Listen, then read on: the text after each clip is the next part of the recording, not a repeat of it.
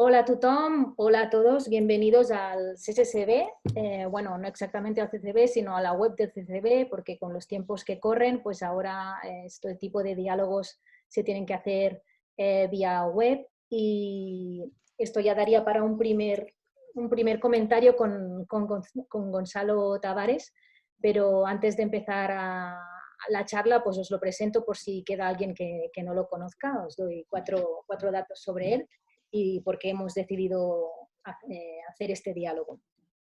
Gonzalo es escritor, dramaturgo y poeta. Nació en Luanda, Angola, en 1970 y es considerado el mejor escritor portugués de su generación y uno de los más influyentes de Europa.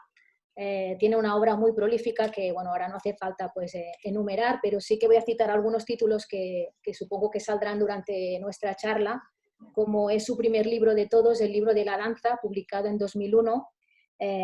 Luego Un viaje a la India, que es un libro que recomiendo mucho releer ahora en estos tiempos que corren, publicado el viaje a la India, publicado creo que, bueno, no sé, no recuerdo el año. Luego el libro El barrio, que recoge los retratos de sus señores, el señor Henry, el señor Valéry, el señor Calvino, Brecht, etc.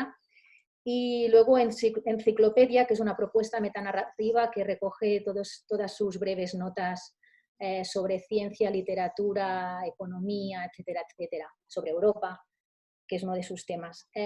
Como decía hace un momento, hay muchos motivos para entablar un diálogo con Gonzalo Tavares, pero hay uno especial que ha surgido estos días y que creo que es el que ha provocado pues, que hoy estemos aquí, que es su diario de la peste. Es un diario que está escribiendo, si no me equivoco, desde hace 42 días, Gonzalo, ¿verdad? Sí. Hola, antes de más, Tina, un placer estar aquí hablando para CCCB y intentaré hablar mi castellano lo mejor posible. Es muy malo, me perdone. Voy a Bueno, intentar pensar en castellano, que no es tan fácil para mí. Bien, sí, Diario de la Peste ha empezado sí, pienso que 42, 43 días.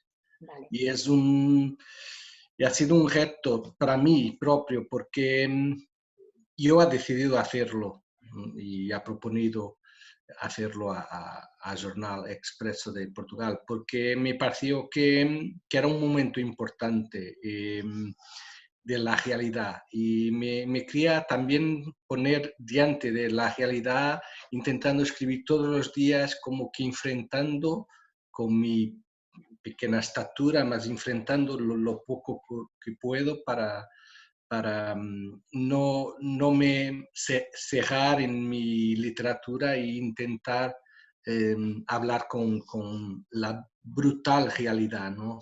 Entonces ha sido también para mí como una prueba de fuerza, ¿no? Intentando mostrar que en estos tiempos tenemos que dar un paso adelante, pienso.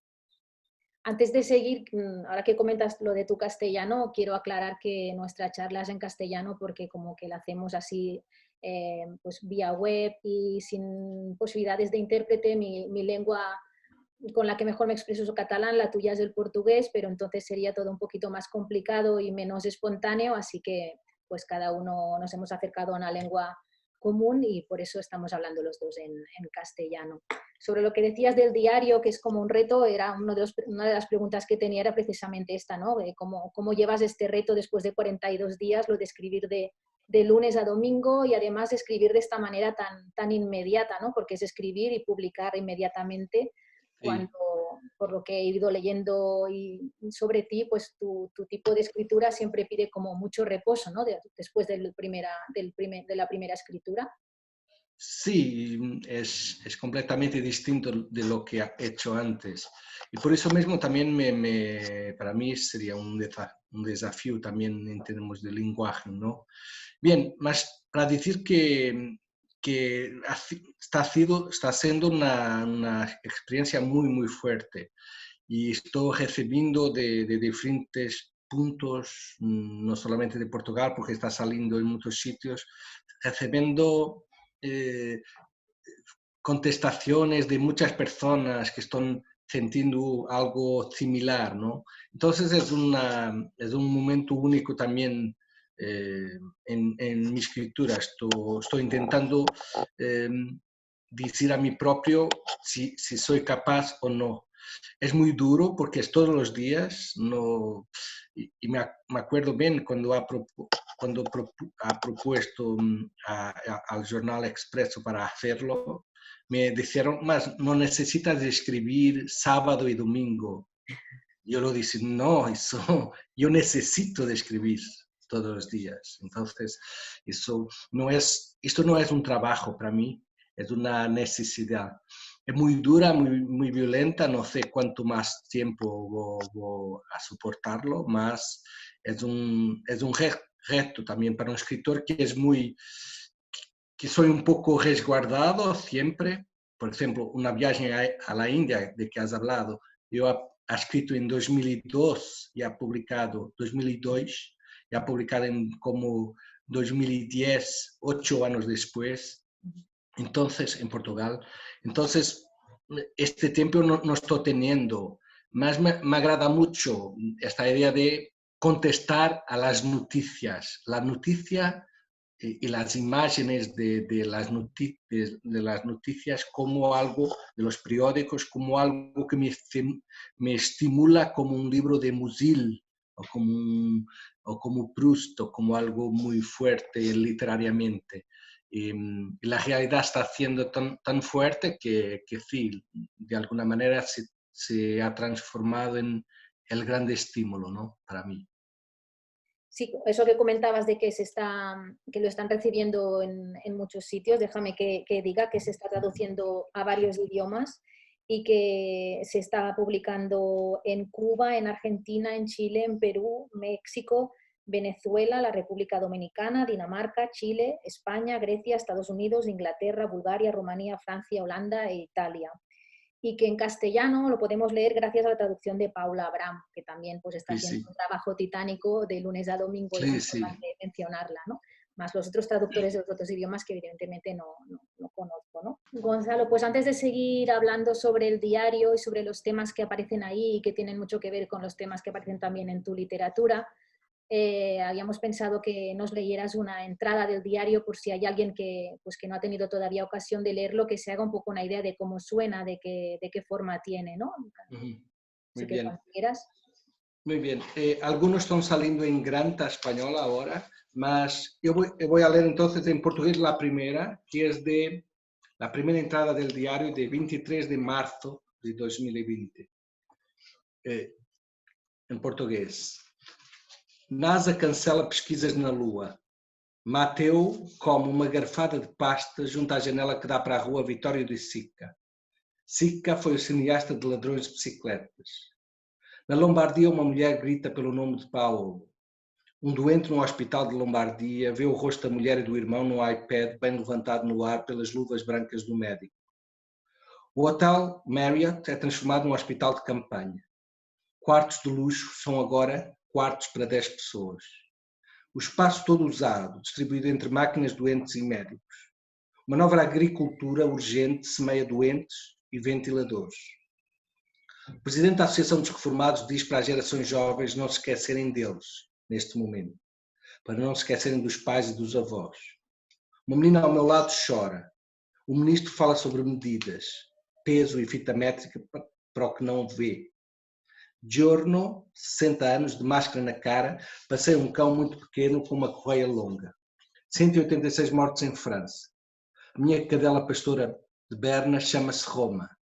Roma está intacta e vive e balança a cauda. Ela levanta-se, parece um urso preto. Dou um abraço a Roma. Roma não chora, mas não está contente. Digo-lhe, Roma não chora. Termómetro, temperatura 37,2. Um jogo de bolsa individual, sobe, desce a temperatura. Dizem que as valas dos mortos no Irão podem ser vistas do espaço. A muralha da China, as valas comuns. Depende das alturas. A que altura tens coragem para subir e ver? 37,3 de temperatura. Temperatura de cada país, temperatura biológica e não exterior. O Humano 2 está com febre altíssima. O Humano 3 joga na consola o jogo mais antigo, bater bolas contra a parede. Os jogos esportivos suspensos. Há um placar macabro que anuncia um único número que já não tem adversário, um único número por país. Irão, 127. Roma tem sede, ponho água na malga, a mão trema, a pata não. O fim do mundo sempre foi anunciado em forma de estatística. Karl Pearson, em 1901, fundou o jornal Biométrica. O século começa quando é necessário tirar a medida das coisas. Medir as verticais, as horizontais, o tamanho dos pés, do nariz, do coração. Os grandes números encostam-se ao início dos séculos. Marta diz que a avó está bem, mas mal desliga o telefone e começa a chorar. Em 2020 começa outro século. Marta diz que consegue ouvir a avó chorar mesmo depois dela desligar o telefone. Isso não é possível, digo. Isso é possível, diz. Notícias com 2 dias. Economia italiana com forte queda no primeiro semestre. África com mais de 900 casos em 38 países e territórios. 4 farmácias fechadas devido à infecção de profissionais. Diretor-geral da Organização Mundial de Saúde avisa jovens, não são invencíveis e podem passar semanas num hospital ou até morrer. Giotto tem 20 anos e para quando ouve isto. Imagina o alto-falante a frase repetida vezes sem conta, não és invencível. Estados Unidos cancelam emissões de vistos de entrada. Nas cidades italianas, alto-falantes onde se escuta, não és invencível. Céline conta que no meio dos bombardeamentos a Berlim, uma mulher louca gritava, ao ouvir das pessoas que passavam, o som da bomba. Brum, o som de uma coisa que mata sem fazer barulho. Standard & Poor's desce rating da TAP. Autoridades de Jakarta declaram estado de emergência. O som de um vírus. Transportes públicos de São Paulo podem ser vedados a maiores de 60 anos em hora de ponta. 462 mortes em Espanha. Roma bebe água na tigela, parece estar sedenta, ou então está a transformar-se num camelo. Bebe para os futuros dias difíceis. Os fins do século e os grandes números. As catástrofes têm a ver com a estatística e não com a pessoa que está ao teu lado a ver a estatística. Sinto falta de TV, diz uma personagem de Foster Wallace. Aprendeste a ir embora, diz outra personagem do Wallace. 601 mortes em Itália. Dizem que até as mais pequenas partículas, como os vírus, os átomos, etc., fazem som, emitem som quando batem nas coisas. O som do vírus. Imagina especialistas na rua a detectar o som do vírus. Uma forma de o matar primeiro, saber a sua música. 601 mortes nas últimas 24 horas em Itália. Olho pela janela, tudo vazio. Em cima, em baixo, ao longe. Um verso de Neruda. Andando por um caminho, encontrei o ar. Uma mulher italiana diz que a Europa abandonou a Itália. Desliga a televisão. Esto ha sido el primero. Se nota, es muy largo. Sí. Luego ha ido bajando un poco. Sí, sí, Va cambiando, va cambiando. Cambiando, sí, sí. Al inicio son muy largos, después más cortos, sí. Sí. Bueno, la idea de que los espectadores oyeran un poco el diario es porque a mí me parece que el estilo, la manera como está escrito este diario recuerda mucho a ese estilo, por decirlo de alguna manera, fragmentario que utilizas tú y que ya anuncias en tu primer libro, ¿no? En el libro de la danza en 2001, que tú mismo dijiste que era un libro que era como una investigación sobre cómo escribir, y que en la traducción que se publicó aquí en España, en el prólogo de la edición española, publicado por Kriller 71 en 2015, traducido por Aníbal Cristobo, Julia Studar en el prólogo explica cómo es tu política de escritura y me parece una manera muy bonita de explicar lo que dice que la literatura como un cuerpo bailarín que oscila entre la ficción, el ensayo y la notación, y principalmente como un pensamiento sucesivo que viene de un pasado reminiscente y se lanza hacia el presente. Es un poco la función de tu escritura, de tu literatura o incluso de la cultura, ¿no? De alguna manera.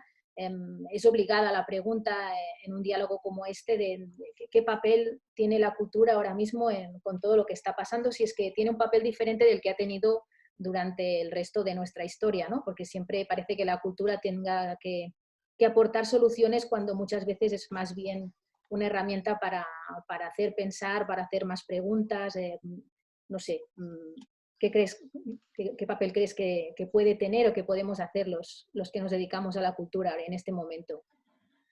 Bien, antes de más, que para mí es muy claro que los géneros, la idea de géneros literarios, la distinción entre poesía, novela, ensayo, me parecen muy caducas. Esto es muy claro.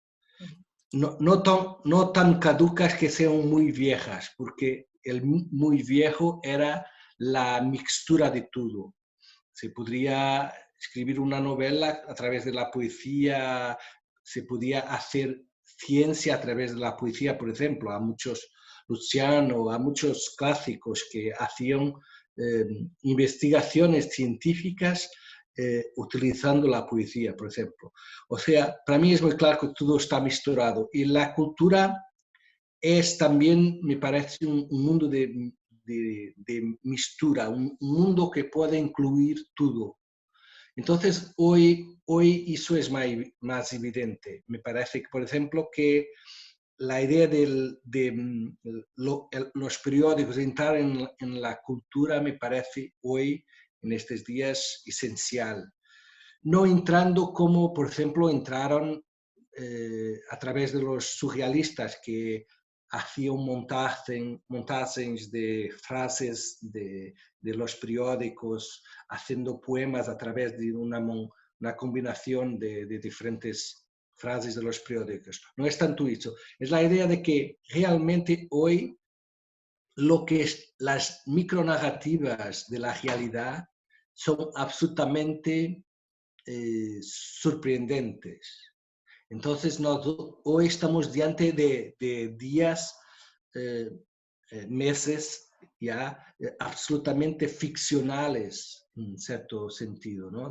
Entonces, si tenemos una gran ficción que es también realidad diante de nosotros, y no se ve diante de nosotros y no la vemos, es muy difícil, pienso, pelo menos para mí, continuar a escribir de la misma manera. Yo he empezado el Diario de la Peste precisamente porque no estaba con energía para escribir ficción o escribir una otra cosa. Entonces, como quería canalizar mi energía y empecé el Diario de la Peste. Hoy, yo diría que hoy los periódicos no están, como ha dicho antes, los periódicos en estos meses están al mismo nivel que la gran literatura. Entonces son estímulos intelectuales muy fuertes y la cultura tiene que contestar, no tanto para entretener las personas en cuanto las personas están en su casa. Y eso me parece algo que a mí no me gusta tanto, la idea de que como las personas están en casa, precisamos de las entretener. No, pienso que la cultura hoy es necesaria como una tentativa de disecación, no sé, Disección. disecar, sí, para disecar como se hace a los muertos, para disecar los días. Y entonces intentar que nuestros sistemas de creación hoy sean sistemas de disecación también de los días. Yo quiero entender lo interior de los días y eso me parece un reto hoy esencial. Sí, sí, sí. Relacionado con el diario, a esta charla la hemos titulado Actualizar lo importante, que sale de una frase del 26 de marzo del diario que dice: tenemos 2 meses para actualizar lo importante. Luego el mismo día dices: es necesario volver atrás. Y estas 2 frases me recuerdan a un filósofo que sé que tú pues sigues mucho, que es Peter Sloterdijk, que justo hace un año en el CCCB hizo una charla en la que, en mayo del 2019, en que una de las cosas que proponía precisamente era repensarlo todo de nuevo, ¿no? Como si viviésemos el mundo por primera vez. Se me han como encadenado estas 3 frases, ¿no? Lo de actualizar lo importante, volver hacia atrás y empezar de nuevo. Y la pregunta es obligada casi, ¿no? ¿Qué es lo importante? ¿Lo vamos a saber? ¿Cómo lo vamos a saber? En un viaje a la India, justamente decías que lo importante tiene un tamaño que no cabe en la televisión, ¿no? Ahora parece que lo importante no cabe en ningún sitio, ¿no? O sea, Claro, sí, sí. lo tenemos que coger desde micro narrativas, como decías, porque en macro es imposible. ¿Qué es lo importante y cómo lo vamos a saber? Bien, yo pienso que la filosofía clásica se está poniendo, como siempre, muy actual, ¿no? Y una transformación que está sucediendo en los días de hoy es una transformación muy singela, que es: tenemos que pensar en la muerte. Y esto es algo muy simple, parece muy obvio, mas vivía la idea, por ejemplo, de entretenimiento, en que mucha de la cultura ha mergullado y que no me agrada nada, es mucho la idea de entretener las personas para que olviden que van a morir. Y por eso yo siempre he sido contra la idea de cultura como entretenimiento, siempre. A mí me gusta la cultura como la literatura, la creación, como algo que nos pone de frente a la muerte, la nuestra muerte, la de los otros. Entonces, yo pienso que algo está sucediendo de muy, muy extraordinario en estos días, que es, por la primera vez, yo diría que, no diría que todas las personas están pensando en la muerte. Yo no diría que, por ejemplo, en 26 de marzo de 2020 todas las personas estaban pensando en la muerte. Pero yo diría que casi todas las personas estaban pensando en la muerte, o en su muerte o una muerte posible. El miedo tiene que ver con la muerte, ¿no? Entonces, millones y millones de personas que estaban olvidados de esa cosa esencial, están en este momento, estuvieron un mes y medio pensando constantemente en la muerte. Y eso es el principio de la filosofía, la idea de que solo puedes intentar percibir el importante si te percibes mortal. Si no piensas en la muerte, no piensas en tu vida, eso es muy claro. O sea, no, actúas como si fueras a vivir para siempre. Entonces, las personas están diante de algo muy esencial, que es la muerte. Entonces, hay como un bater contra el importante. Y de repente, las personas dicen que en estos momentos, mismo cuando nada de trágico ya ha sucedido con nosotros, si habíamos tenido suerte de no tener ningún familiar que ha estado doente o que ha desafortunadamente fallecido, mesmo para las personas que están totalmente saludables y su familia está saludable, la cabeza está cambiando y pienso que van a suceder muchas transformaciones, muchas transformaciones muy prácticas, personas que van cambiar de empleo por voluntad propia, no por paro, por desempleo, por ser despedidas, mas por voluntad propia. Personas que se van a divorciar, personas que se van a casar, personas que van a cambiar de habitación y muchas de estas terriblemente por causa de la economía, etc., mas muchas por voluntad propia. ¿Y por qué? Porque durante un mes estuvieron diante de lo importante. Y diante de lo importante tienes que hacer decisiones importantes. Y eso es algo muy, muy relevante en estos días, ¿no? Sí, además tiene mucho que ver con lo de otra cosa que comentaba Stolderlike en la misma charla sobre el hecho de que ahora no somos individuos, sino que él dice que somos dividuos, ¿no? Es algo que nos está pasando a todos a la vez y eso también genera una sensación y una manera de vivirlo muy diferente, ¿no? Porque normalmente cuando vives algo trágico te ocurre a ti, a tu familia o a toda la gente que va dentro de un avión, pero no ocurre a todo el mundo a la vez, ¿no? Y eso también Sí, es algo sí. que impacta, ¿no? Pero a la Sí. vez, lo de lo importante también es difícil de distinguir porque si alguna cosa estamos estos días es sobreinformados, ¿no? Claro, sí, sí. En tu diario hablas de la velocidad que va tapando información y que no da tiempo no te da tiempo a asumir una información que ya llega a otra, ¿no? Y hablas de las cifras de los muertos que van llegando cifras y llega un momento que son números casi como marcadores de un partido de fútbol, ¿no? Son números que van perdiendo sentido. Es muy difícil. Sí, yo pienso que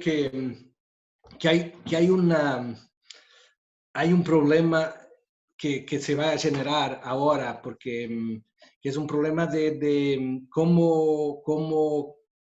cómo estar diante de un náufrago y no poder tocarlo, ¿no? O sea, todos nosotros vamos a salir de aquí como náufragos, ¿no?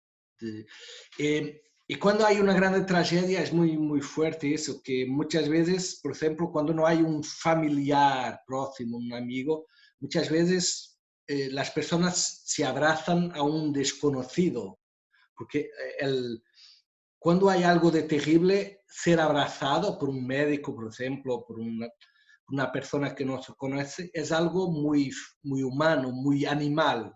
Es hasta más anterior al humano, es más animal, ¿no? Entonces hay una cosa que será terrible, pienso, que cuando todos nosotros salimos ahora a la calle, como en España, en Portugal está sucediendo, será difícil porque seremos náufragos que no podremos abrazar. Y eso es terrible, porque es como, es decirnos que tenemos que continuar a ser fríos, precisando de calor, ¿no? Entonces, algo que que será tal vez la primera vez, porque cuando hay el sobreviviente es aquel que ha recibido corporalmente por los otros. Entonces, eso no va a suceder, será algo muy distinto de todo lo que ha sucedido antes, ¿no? Mismo en una guerra, ¿no? Y eso es esta imposibilidad de tocar en el otro es algo de muy fuerte, porque la tristeza, la muerte es muy vieja, más el aislamiento, la tensión, la ansiedad son muy viejas. Lo que es nuevo aquí también será la imposibilidad de tocar. Y eso me parece que será algo mucho más danoso psicológicamente do que las muertes, que son siempre terribles, mas siempre tenemos doenças, mesmo por ejemplo, en el virus de la SIDA, ¿no? Que entre una altura fue muy claro que la posibilidad de toque se permanecía. Entonces, pienso que en los últimos 100 años es la primera vez que diante de una catástrofe militar o de doença no podemos tocar, tenemos que tener una distancia. Vamos a ver lo que vaya a restar de vestigio para la relación entre los humanos. Sí. No sé lo que está sucediendo en España, mas en Portugal, por ejemplo, en la calle el otro es un enemigo. Sí. Bueno, sí. No se ve un otro, intentamos afastarnos como si el otro portase una bomba, O al ¿no? revés, te sientes tú como un enemigo, ¿no? También. Sí, también como si nosotros...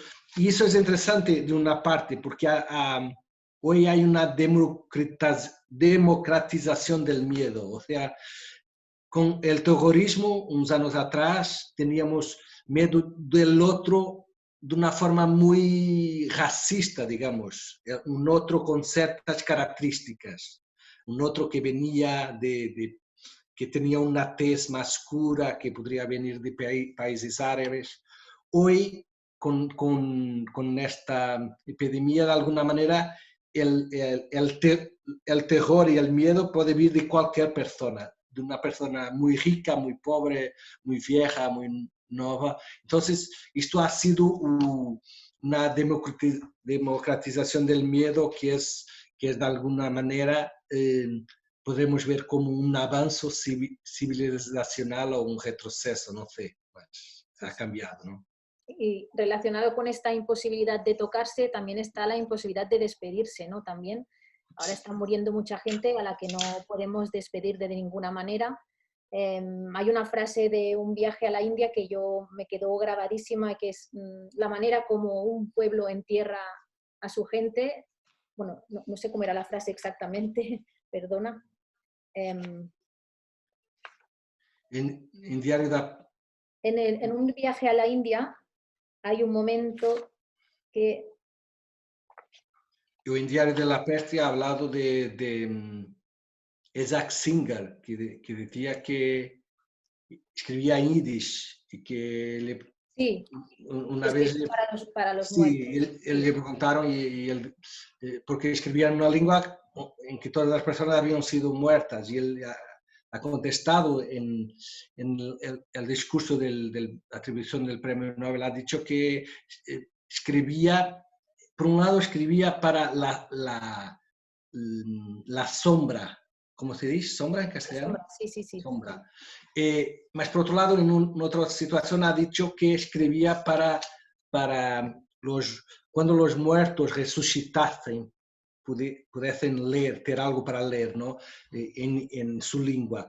Y es eso, lo que es terrible que es, pensando en las palabras que no se dicen a las personas que están muriendo, es un poco como acreditar que las palabras que queríamos decir al final, como ritual de la muerte, tenemos que acreditar que tenemos que las decir de nuevo y probablemente van a escucharlas en otro momento, se resucitar en un día. Y esta creencia en la resurrección me parece muy bonita a este nivel, que es la idea de que si no podremos hacer a nuestros vivos que están muriendo, si no nos pudimos despedir como lo queríamos, tenemos que acreditar que tenemos que hacer cosas, mesmo estando muertos, tenemos que hacer cosas para ellos y acreditar que de alguna manera irán a resucitar y recibir nuestras homenajes. Sí, sí, decías en el viaje a la India, perdonas que ahora he encontrado la frase, la manera como se entierra un muerto hacia a un pueblo, ¿no? O sea, Claro, sí, sí, sí. define al pueblo, ¿no? Entonces habrá que encontrar otra manera para estos muertos que no hemos podido despedirnos de ellos y que, Sí, sí, que nos claro. defina también, ¿no? Hay otro tema que es uno de los grandes temas de tu literatura, que es Europa. Europa, viniste también al CCCB en 2014 a hacer una charla sobre Europa y justo en ese momento decías, miro Europa y la veo así, mientras cae, se abrocha los zapatos, se anuda la corbata. En cambio, ahora Europa, en 2020 decías, Europa está cambiada, en poco tiempo el miedo obliga al ser humano a aceptar la pregunta, ¿dónde vas? Todos de nuevo tenemos 5 años. ¿No? ¿Qué le ha pasado a Europa? ¿Cómo ves Europa ahora? Y Bien, eso es una pregunta muy, muy ya. larga, ¿no? Es imposible contestar en pocos minutos, es muy, muy... Bien, hay muchas transformaciones. Es evidente que hay toda una literatura y una filosofía que habla con mucho detalle de los sistemas de excepción, ¿no? Agamben y muchos otros hablan de eso con mucho detalle. Hay realmente países como Hungría, por ejemplo, que está cambiando de una forma peligrosa, ¿no? Y hoy, en el diario de hoy, que es de 4 de mayo, ¿no? Ha escrito, el título es necesitamos de instrucciones del Estado para nos aproximarnos de la alegría. Uh-huh. Necesitamos de instrucciones del Estado para la forma de nos ponernos cerca de la alegría. Y eso es un poco terrible porque realmente cuando el Estado tiene que dar instrucciones como las personas pueden estar con los otros, es algo que a 2 meses atrás era absolutamente explosivo, ¿no? O sea, la idea de no pueden estar más do que 5 personas o 10 personas juntas, bien, son ideas que todos conocemos de legislaciones políticas dictatoriales, ¿no? Sí. Entonces, la grande cuestión es si vaya a restar un vestigio, digamos, de las decisiones del Estado dictatoriales después de todos estarmos saudables y sin miedo de la peste. Bien, yo pienso que como entre las relaciones entre las personas también que va a cambiar, pienso que también las relaciones entre el Estado y las personas van a cambiar. Es evidente que si las personas entienden que el Estado en el momento trágico es la entidad que les puede ayudar y es la entidad a que tienen que obedecer de una forma muchas veces ciega, ¿no? Entonces será difícil, por ejemplo, grandes discursos de privatización, por ejemplo. Y al contrario, puede haber un movimiento mucho de centralización en el Estado, de la economía, de las ideas, etc. En algunos países, por ejemplo, se ha ponido claro que contestar, argumentar contra el gobierno en el momento de la peste es algo como antipatriótico, ¿no?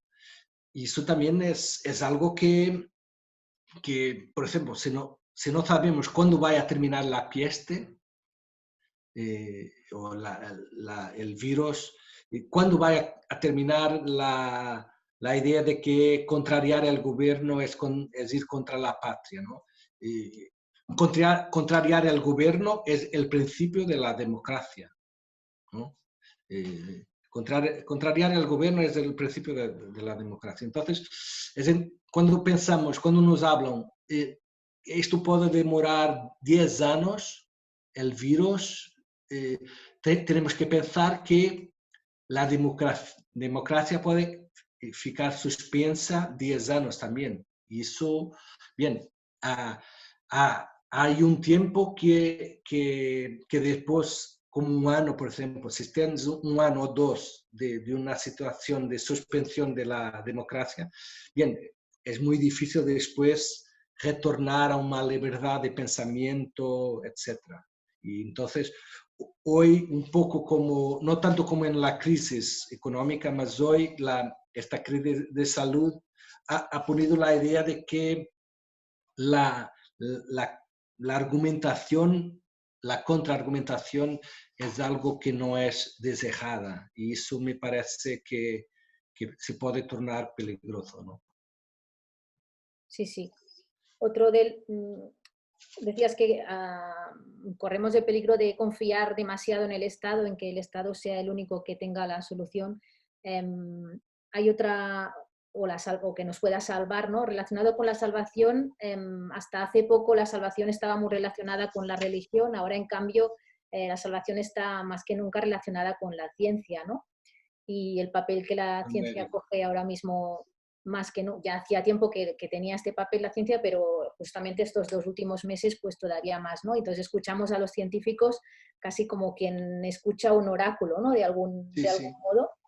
Entonces ahora nos salva la medicina. Tú decías, un médico se quita del cuello la cruz y se pone el estetoscopio, ¿no? O sea, realmente tenemos el Estado por un lado y la ciencia por el otro, no siempre van.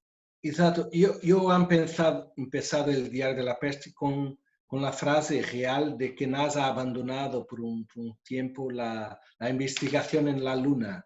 Yeah. Y es un poco simbólico porque realmente cuando las personas están con miedo de mujer en la Tierra, bien, pesquisar la Luna es un poco desnecesario, ¿no?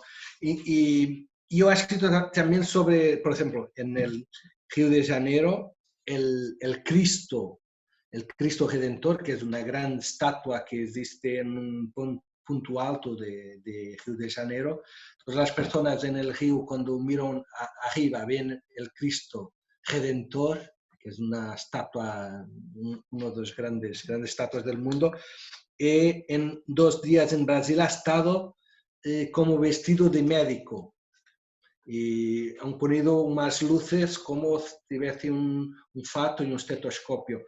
Y eso es una imagen increíble. O sea, las personas en los Río de Janeiro miraban encima y vieron un médico que lo estaba protegiendo, ¿no?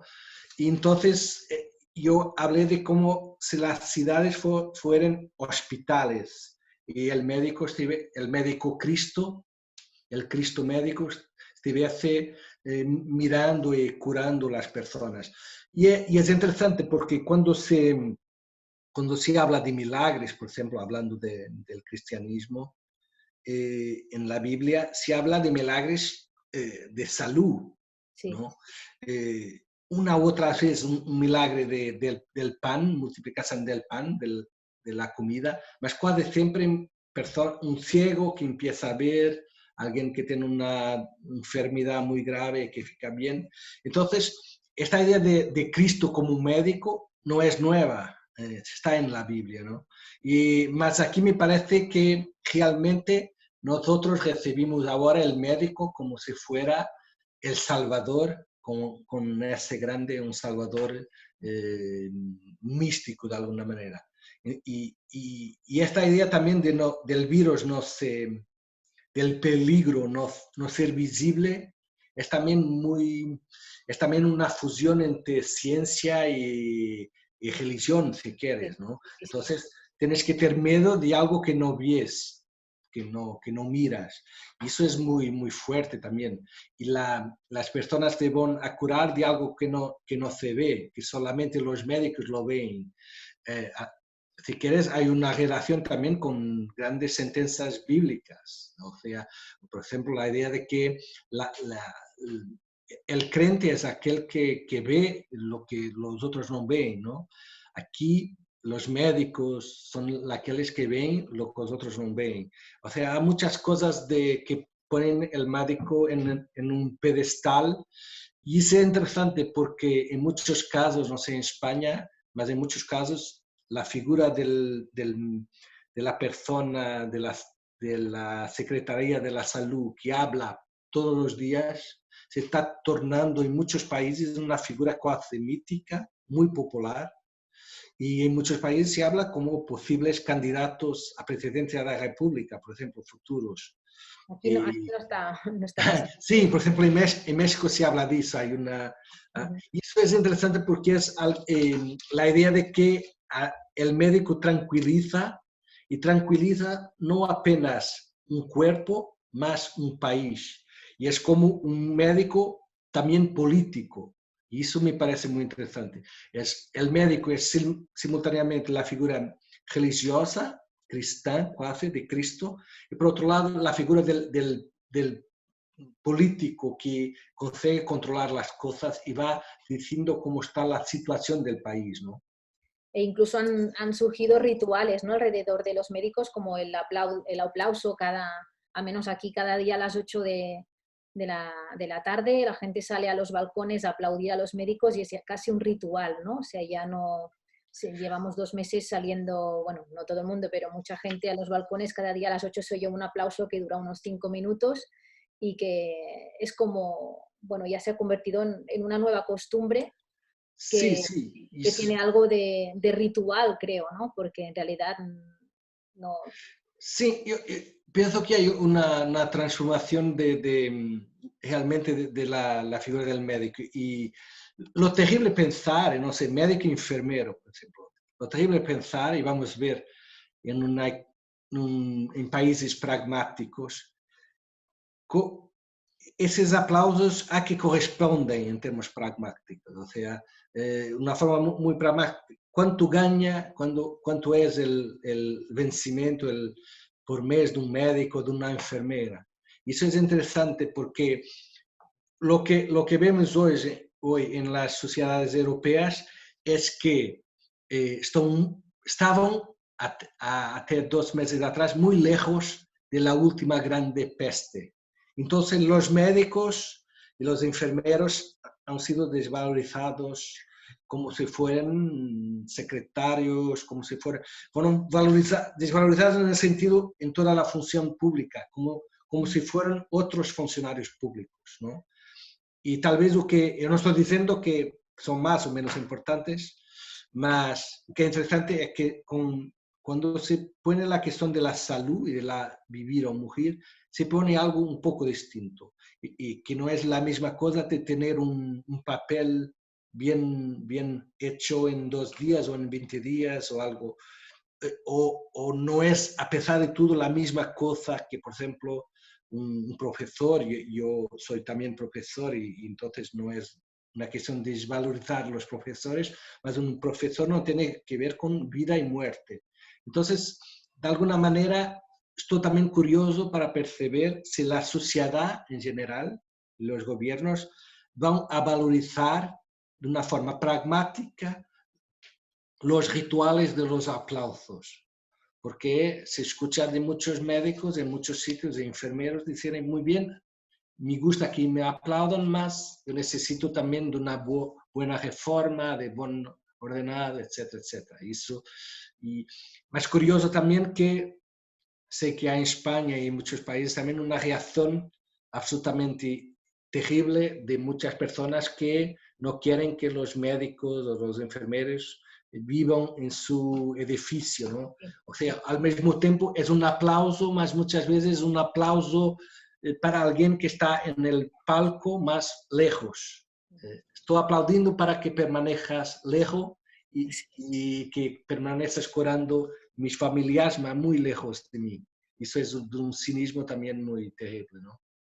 Nos queda poco tiempo, pero hay un tema que aparece mucho en el diario y que me parece que es importante y que nos va a cambiar un poco a todos, que es cuando hablas de que este virus, hablas del sonido del virus. Creo que en el fragmento que has leído antes ya salía también esta idea del sonido del virus, que el sonido de una cosa que mata sin hacer ruido, ¿no? Dices, dicen que hasta las partículas más pequeñas, como los virus, los átomos, etcétera, producen sonido, emiten sonido cuando chocan con las cosas. El sonido del virus. Imaginar especialistas en la calle detectando el sonido del virus. Una forma de matarlo primero, conocer su música, ¿no? Y luego hablas también del olor del miedo. Entonces, esta forma de fijarnos ahora en nuestra realidad más inmediata con los 5 sentidos nos está cambiando un poco la manera de atender, ¿no? A lo más cercano, nos está cambiando un poco la atención, ¿no? De alguna forma. Creo que nos estamos fijando ahora, mucha gente habla también, claro, con el estado este de alarma, que pues hay menos coches en la ciudad, hay menos contaminación y nos podemos fijar pues en un paisaje más lejano de nuestra casa desde la ventana, oímos los pájaros. Este cambio de la atención también creo que es algo que no sé si se va a quedar, pero creo que nos está afectando de alguna manera, ¿no? Y quizá nos cambia un poco la manera de mirar, de escuchar, de oler incluso, ¿no? Sí, bien, y hay una filosofía muy antigua que hablaba de aprender pelo sufrimiento. Por ejemplo, Nietzsche tiene una frase muy célebre hablando de los griegos, antiguos griegos, decía, lo que este pueblo debe ter sufrido para lograr ser tan sabio. La idea de que la sabiduría solo se lograba por la dolor o por el sufrimiento es una idea muy antigua. Sloterdijk, de que has hablado, habla de la pedagogía por el sufrimiento, ¿no? Y no habla como defendiendo, más como una posibilidad. Y decir, por ejemplo, que, no sé en España, más en Portugal, hablando mismo de pedagogía, ensinar y de aprender, por ejemplo, en los años 60, 70, las personas aprendían por sufrimiento en la escuela. Había castigos corporales y la idea era esta muy simple. So puedes aprender si tienes dolor. La dolor es bueno para la memoria, para aprender. Esto para decir que yo no soy entusiasta de la idea de aprendernos con algo que es terrible, como el virus. No me parece la mejor manera de aprender, no.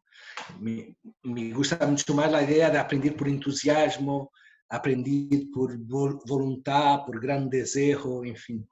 Bien, más en este caso, el sufrimiento, digamos, no ha sido impuesto por una otra persona, por un profesor malo o por un estado terrible. Ha sido impuesto por un virus, ¿no? Entonces yo diría que cuando no podremos evitar el sufrimiento, ¿qué hacer con el sufrimiento? Y sí, pienso que a cosas terribles y a cosas que podemos aprender. Pienso que hay la idea de que, por ejemplo, de que volvimos a la tierra de alguna manera, eso me parece claro. Hay, en estos momentos en que las personas están gestando en casa, hay dos tipos de, no pensando personas que están con enfermedad o algo así, hay dos tipos de resistencia en la casa. Resistencia en un T2 con un apartamento pequeño en la ciudad o resistir en el campo, por ejemplo, con un espacio de 1000 metros cuadrados. Y es un facto que las personas, claro que es estoy generalizando a siempre excepciones. Sí, Mas sí. en general, las personas que están en el campo lo están soportando mucho más do que personas que están en 40 metros cuadrados.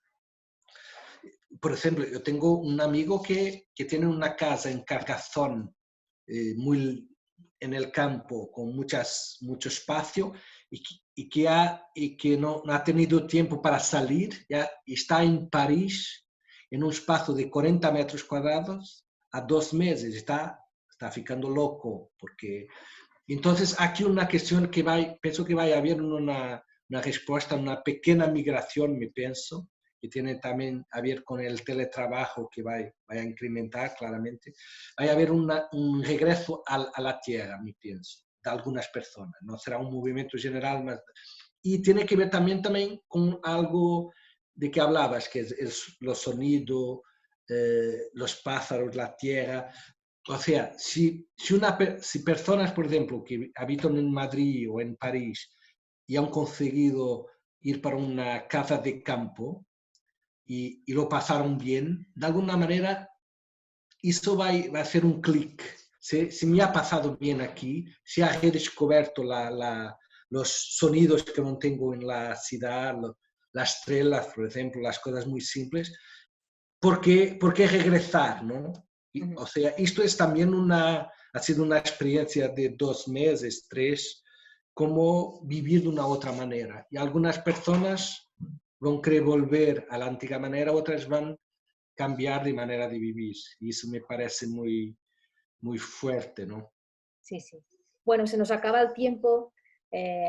Tendría preguntas para una hora más, pero tenemos que dejar.